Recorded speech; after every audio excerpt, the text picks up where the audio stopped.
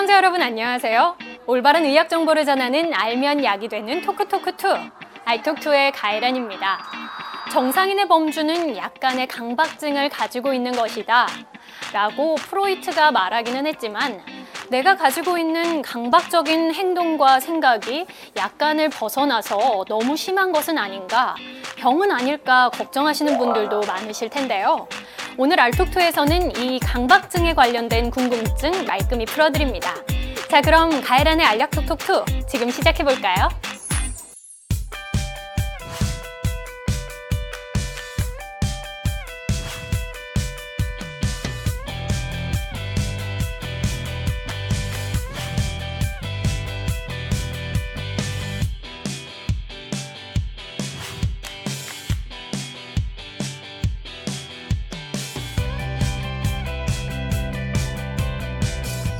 강박증 증상도 워낙 다양하잖아요. 예. 아까 결벽증도 잠시 얘기해 주셨지만 성적인 충동도 있을 수 있고 공격적인 것도 있을 수 있습니다. 절대 입지 않을 옷이지만 어쩐지 버리지 못해서 장롱 안에 옷을 쌓아두는 저네요. 이거 강박증인가요? 이런 것들은 강박증의 한 유형일 가능성은 있습니다. 강박장애, 개인의 노력으로 나을 수 있는 병이다, 아니다, O인가요, X인가요?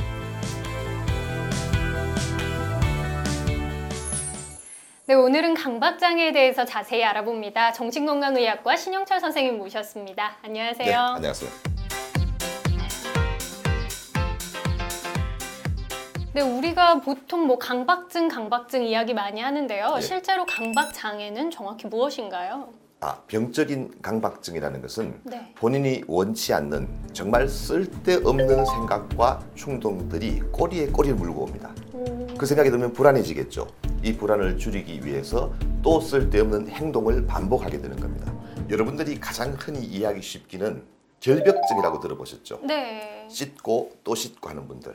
이것이 한 강박증의 유형이라고 보시면 되겠습니다. 실제로 내가 생각할 때도 이게 날 힘들게 하는데도 불구하고 불안 때문에 멈추지 못한다면 이걸 강박장애라고 볼 수 있는 그렇습니다. 거네요. 그렇다면 이 강박장애는 왜 생기는 건가요? 과거에는 우리들이 강박 증상 자체를 어떤 심리적인 요인으로 본 경우가 많았습니다. 그러나 최근의 여러 가지 연구들은 강박증의 일종의 뇌기능 장애로 설명하는 경우가 많습니다. 여기에는 세로토닌이라는 물질이 관여하게 되는데요. 우리 우울증 하면 세로토닌 많이 들어보셨죠? 네. 이 물질이 이 강박증에도 작용을 합니다. 그래서 세로토닌이 부족하거나 균형을 이루지 못한 사람들이 강박 증상을 보이는 환자들 중에 많더라. 그래서 치료도 그런 쪽을 보충해주는 치료를 하게 됩니다. 우리는 기본적으로 뭔가 충격을 받았거나 심리적 원인일 거라고 생각했는데 그런 것보다는 그런 호르몬 분비나 뇌의 기능에 차이가 있어서 나타나는 증상이라고 봐야 되는 거네요. 그렇죠. 어떤 강박증의 소지를 가지고 있던 사람들이 스트레스라든가 여러 가지 이유로 겉으로 드러나는 경우는 있지만 근본적인 이유는 심리적인 것보다는 일종의 뇌 기능 장애로 이해를 하셔야 됩니다. 그런데 이 강박증 증상도 워낙 다양하잖아요. 예. 아까 결벽증도 잠시 얘기해 주셨지만 그 외에 대표적인 증상들은 어떤 것이 있을까요? 강박증의 증상은 크게 두 개로 나눕니다. 하나는 강박 사고, 생각만 계속되는 거죠. 네. 또 강박 행동으로 나눌 수 있는데요. 강박 사고는 정말 원하지 않는 쓸데없는 생각과 충동이 꼬리에 꼬리를 물고 갑니다. 가장 흔한 것이 이제 쓸데없는 생각, 예를 들면 오염에 대한 공포죠. 뭔가 묻은 것 같아요. 그래서 나 뭔가 병균이 침범한 것 같아요. 병에 걸리면 어떻게 해요? 이런 생각들이 자신도 모르게 자동적으로 계속 꼬리에 꼬리를 물고 되는데 대부분 성적인 충동도 있을 수 있고 공격적인 것도 있을 수 있습니다. 또 정확성에 대한 것도 있고 대칭에 대한 생각도 있고 이런 여러 가지 사고들이 발생하게 되고 그것을 줄이기 위해서 강박 행동을 하게 되는데 가장 흔한 것이 여러분 아시듯이 확인하고 반복하는 버릇입니다. 문을 잠그고 갔는데 또 그 생각이 나고 잠깐 있으면 또 생각이 나서 외출도 잘 못하게 되는 수십 번 반복해서 확인하고 반복하게 되는 경우가 가장 흔하고 또 오염에 대한 공포가 있으니까 씻으러 가야 되겠죠. 이런 것도 흔하고 아주 드물긴 하지만은 너무 생각이 복잡해서 느린 경우도 있습니다. 제주에도 많거든요. 그런 경우는 문을 꼭 자기 그렇죠. 전에 2번 이상 확인을 해야 잠을 잘 수 있는 그런 예, 친구들도 있고 집에 있는 모든 콘센트를 뽑아야 집 밖에 나갈 수 있는 경우도 예, 많은데 우리가 생각하는 강박 장애와 강박증과 그리고 실제 이 습관을 어느 정도 경계해야 될지 좀 고민이 됩니다. 그렇죠. 성격이나 습관인 경우는 그게 크게 불편하지 않습니다. 깔끔을 뜨는 성격 좋은 거잖아요. 본인도 그렇게 하면 편안한 겁니다. 이것 때문에 일에 지장이 있거나 외출을 못하진 않습니다. 평소에는 그렇게 하면 좋지만 혹시 그렇게 하지 못하는 상황이 오더라도 그것을 받아들일 수가 있고 그것 때문에 불안하거나 괴롭지는 않습니다. 그러나 강박증을 가지고 있는 환자들은 내가 그렇게 하지 못했을 때 엄청난 견딜 수 없는 불안과 공포가 오죠. 그래서 반드시 그 행동을 해야지만 그게 줄어드는 겁니다. 증상 자체도 중요하지만 이게 나에게 득이 되는가, 내가 그것을 컨트롤할 수 있는가, 또는 내가 그걸로 인해서 불편한가, 생활에 지장이 있는가 하는 것이 병과 성격을 구별하는 정도가 되겠습니다. 이렇게 말씀을 해주실 때는 알 것 같다가도 또 내 주위의 사례를 보면 그 사람들은 어떤가 좀 헷갈리기도 하고 이런데요. 예. 그래서 저희가 사례를 좀 모아왔습니다. 하나하나 차근차근 강박증인지 아닌지 확인을 좀 해보면서 여러분이 과연 치료가 필요한 것인지 나 혼자 이건 습관이니까 걱정 안 해도 되는 것이구나 라고 판단할 수 있는 것인지 함께 해보셔도 좋을 것 같습니다. 우선 첫 번째, 화장실이 더러우면 아무리 급해도 볼일을 보지 못한다. 강박증으로 봐야 할까요? 그건 우리 주변에 흔한 거죠. 특히 여성들 가운데 깨끗한 여성들은 그런 장소에 가면 당연히 불편하죠. 긴장이 되니까 자기가 하고 싶은 일을 못하게 되는데 이것만 가지고 강박증이라고 말할 수는 없을 것 같습니다. 그러나 이 화장실 사용뿐만이 아니고 다른 일상생활에까지 전부 문제가 있어서 지장을 준다면 강박증을 의심할 수도 있겠습니다. 그러나 보통 사람들도 조금 깔끔한 사람이라면 그런 상황에서 극단적인 상황이 아니라면은 용변을 잘 못 보는 것이 정상적일 수도 있겠습니다. 내가 너무 급할 때 해결할 수 있는 정도면 강박증이 아니라고 볼 수 있는 거네요. 이 다음날 할 일과 또 입을 옷까지 정해놓고 잠자리에 들어야만 마음이 편하다. 그건 좋은 거 아닌가요? 우리가 철두철미하게 다음 날에 대해서 대비를 하고 준비를 하는 건 상당히 좋은 겁니다. 그게 본인이 얼마나 불편한가 그러지 않은가 하는 문제죠. 간혹 살다가 보면은 그러지 못할 때도 있잖아요. 그렇죠. 그때도 막 잠이 안 오고 괴롭고 이래도 문제가 되지만은 늘 그런 습관적으로 하는 행동들이 내 생활에 오히려 도움을 주는 경우라면 강박증이라고 말할 수는 없을 것 같습니다. 자기 전 일어나지 않은 일에 대해서 계속 상상하다가 잠이 든다. 이 잠들기 전에 생각 많이 하게 되잖아요. 이런 경우는 어떤가요?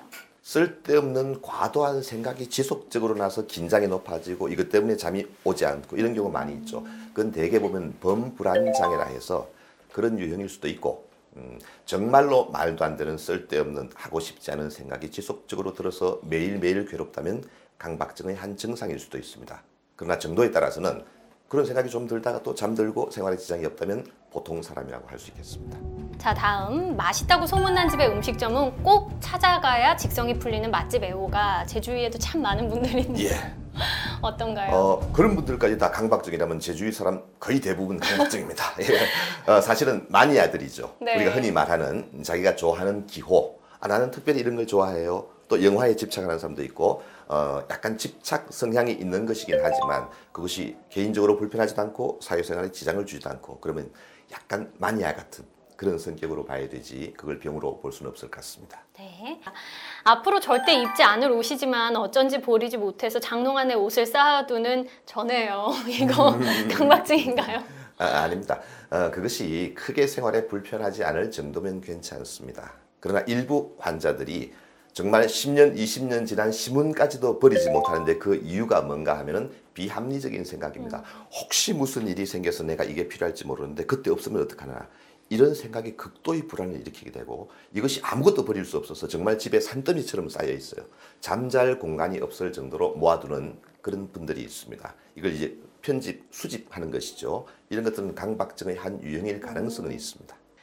네, 우리가 강박과 습관을 구분할 수 있는 가장 쉬운 척도는 아무래도 내가 생활을 하는데 불편한가, 불편하지 않은가가 아닌가 싶습니다.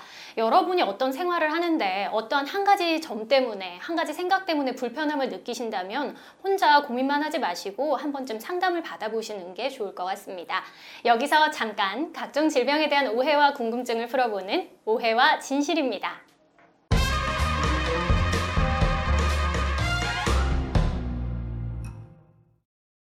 네, 오늘의 오해와 진실. 어린아이가 한 가지 인형이나 베개에 집착을 하는 것도 강박장애다. 이런 경우 진짜 많잖아요. 많죠. 어떤가요? 그렇지 않습니다. 우리 어린아이들, 특히 유치원 또래 정도의 아이들은 특정한 사고와 행동을 반복하는 경우가 있습니다. 일종의 재래의식이라 그럽니다. 나름대로의 습관이 있습니다. 자기 전에는 엄마한테 와서 뽀뽀하고 또 베개를 들고 화장실을 들러서 어떤 행동을 하고 그래야 편안해져서 잠을 자는 경우가 있습니다.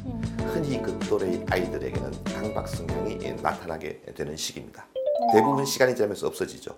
특히 부드러운 물건이나 베개, 인형 등에 집착하는 경우가 있는데 일종의 엄마의 대용물이라고 할 수 있습니다. 아, 내가 베개를 안고 있거나 인형을 안고 있으면 엄마와 있는 것과 똑같은 느낌을 받아.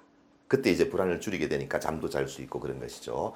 이게 너무 심해서 학교를 가는데 베개를 들고 가야 된다. 이것은 문제가 있지만 일반적으로는 정상적인 반응이기 때문에 너무 걱정을 안 하셔도 될 것 같습니다. 네, 오히려 걱정을 너무 많이 하다 보면 그것 때문에 생활이 더 불편해질 수도 있으니까요. 일상적인 습관일 수도 있습니다. 너무 고민을 많이 하지 않으시는 게 오히려 방법이 아닐까 하는 생각도 듭니다. 오늘은 강박장애에 대해서 이야기 나눠보고 있는데요. 여기서 잠깐 보고 올 것이 있죠. 우리 몸을 건강하게 하는 알약 튼튼입니다.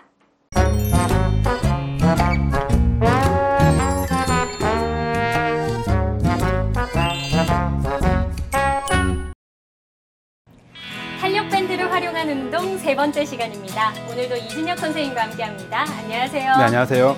네, 지난주까지는 어깨와 등 근육을 강화하는 운동 배워봤는데요. 네. 이번 주는 어떤 운동인가요? 네, 오늘 배우실 운동은 척추 기립근과 그리고 하지 근력을 강화시키는 밴드 운동이라고 보시면 되겠습니다.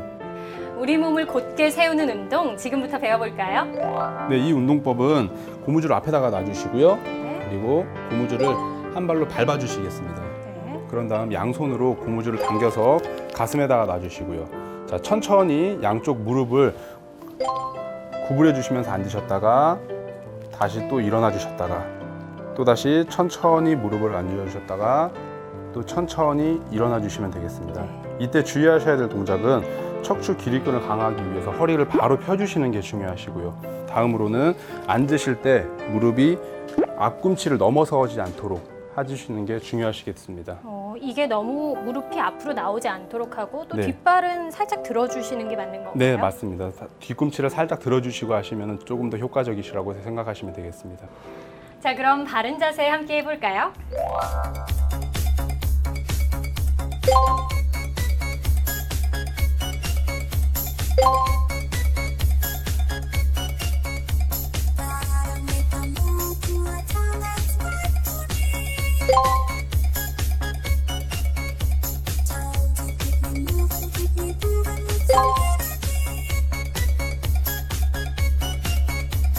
여러분 건강하게 살아요.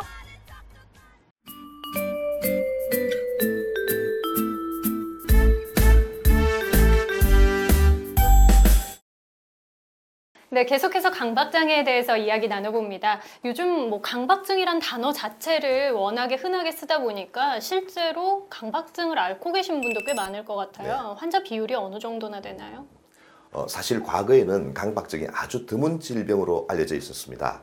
그러나 최근의 보고들은 전 인구의 약 1%, 많게는 2% 정도가 강박증을 앓는 것으로 알려져 있습니다. 그런데 최근에 학회 보고를 보니까 강박장애를 앓고 있는 군 중에 20, 30대가 많다. 그리고 계속해서 늘어나고 있다라고 하는데 실제로 그 수가 늘어나고 있는 건가요?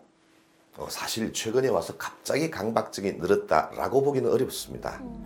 사실 강박증은 10대 후반과 20대 초반에 처음 시작하는 경우가 가장 많습니다. 학창 시절이죠.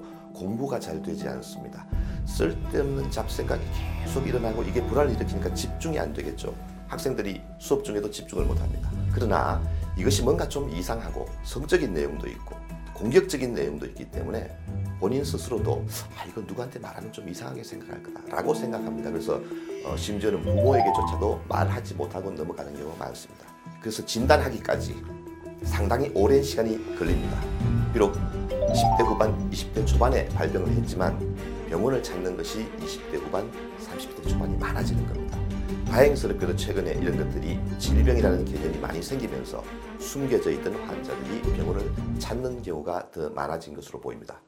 어느 정도 늘어난 부분도 있다고 볼 수는 있지만 수 자체가 갑자기 늘었다기보다는 좀 더 노출이 됐다고 봐야 되는 거네요. 그렇습니다. 그런데 이게 강박증에 대해서 관심도 많고 많이들 알고 있지만 실제로 이게 어떻게 치료가 되는지는 잘 알려지지 않은 것 같아요. 네. 어떤 과정을 통해서 치료를 할 수 있을까요? 강박증의 치료는 크게 두 가지로 나누게 됩니다.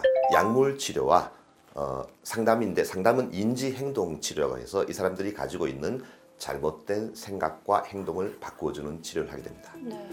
아주 불안하게 되면 상담이든 행동치료든 가능하지가 않습니다. 그래서 급성기 때는 약물 치료를 통해서 불안을 줄여주고 그 다음에 일정한 정도의 강박 증상을 가라앉혀야 됩니다. 이때 약물이 효과를 보게 되는 겁니다. 자, 약을 써서 100이던 증상이 50으로 떨어졌어요. 그 다음에 우리가 할 수 있는 일은 인지-행동치료라. 그 가운데 가장 중요한 것은 노출 반응 억제 이렇게 얘기합니다. 좀 어렵죠? 네. 쉽게 설명하면 이런 겁니다. 자, 저하고 지금 악수를 한번 해보시죠. 악수했어요. 네. 자, 만약에 오염에 대한 더러운 물질에 대한 공포가 있는 사람이라면 어떻게 하셔야 되겠어요? 바로 손을 닦으러 가야죠. 그렇죠. 바로 화장실로 가야 됩니다. 근데 불행하게도 제가 못가게 붙들고 있습니다. 어떤 일이 벌어질 것 같습니까? 도망칠 것 같은데요. 불안이 네. 올라가겠죠. 자, 불안이 계속 올라가요. 더 올라가요. 제가 1시간 동안 못 가게 해요. 얼마나 불안이 올라가겠어요. 자, 마지막에는 어떤 일이 벌어질 것 같습니까?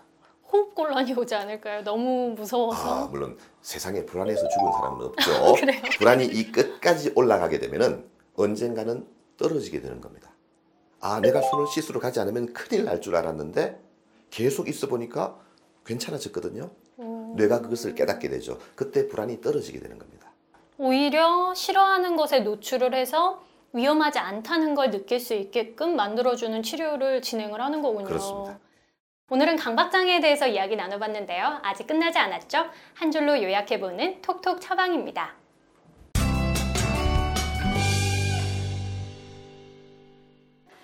오늘의 톡톡 처방, 강박장애, 개인의 노력으로 나을 수 있는 병이다, 아니다, O인가요, X인가요? 사실은 어느 정도의 강박 증상 자체는 결코 나쁜 것이 아닙니다. 우리 생활에 도움이 됩니다. 자, 외출하는데 가스불도 안 잠그고 문도 안 잠그고 가면 어떻게 되겠어요? 정도의 문제죠. 과도한, 내가 어떻게 조절할 수 없는 과도한 상태에 들어간 것을 강박증이라는 병으로 이해를 하기 때문에 내가 조절할 수 있는 한계를 넘었다는 뜻입니다. 그래서 적절한 평가와 치료가 필요한 것입니다. 네, 강박장애에 있어서 가장 중요한 것은 우선 이것이 습관인지 아니면 질병인지 구분을 하는 것인 것 같습니다. 그냥 습관이라면 너무 걱정하지 마시고 편하게 생활하셔도 되겠지만 이 생각이나 행동으로 인해서 삶에 불편함이 있으시다면 숨기지만 마시고 병원을 찾으셔서 정확히 진단받고 적절히 치료받으시기 바랍니다. 네, 알력톡톡 오늘은 여기까지고요. 다음 주에 다시 뵙겠습니다. 수고하셨습니다. 그럼 또 이성 간의 어떤 그게 있으면 또 이게 해결되는 게 아닌가? 그건 참 내가 뭐라고 말하기가 참 곤란합니다. 훨씬 더 강박증을 잃는데 도움이 될 수도 있을 것 같습니다. 그렇게 해서 실제로 치료가 될 수 있다는 거네요. 그러면 어릴 때 봤던 동화책이 정답이었던 거네요. 사랑은 미래하다. 아니 얼마 전에 그 열애설 갔다 허경환 씨도 말이지 맨날 운동. 그래요? 열애설이라뇨. 오버. 됐다. 열애설이 아니요. 여기까지.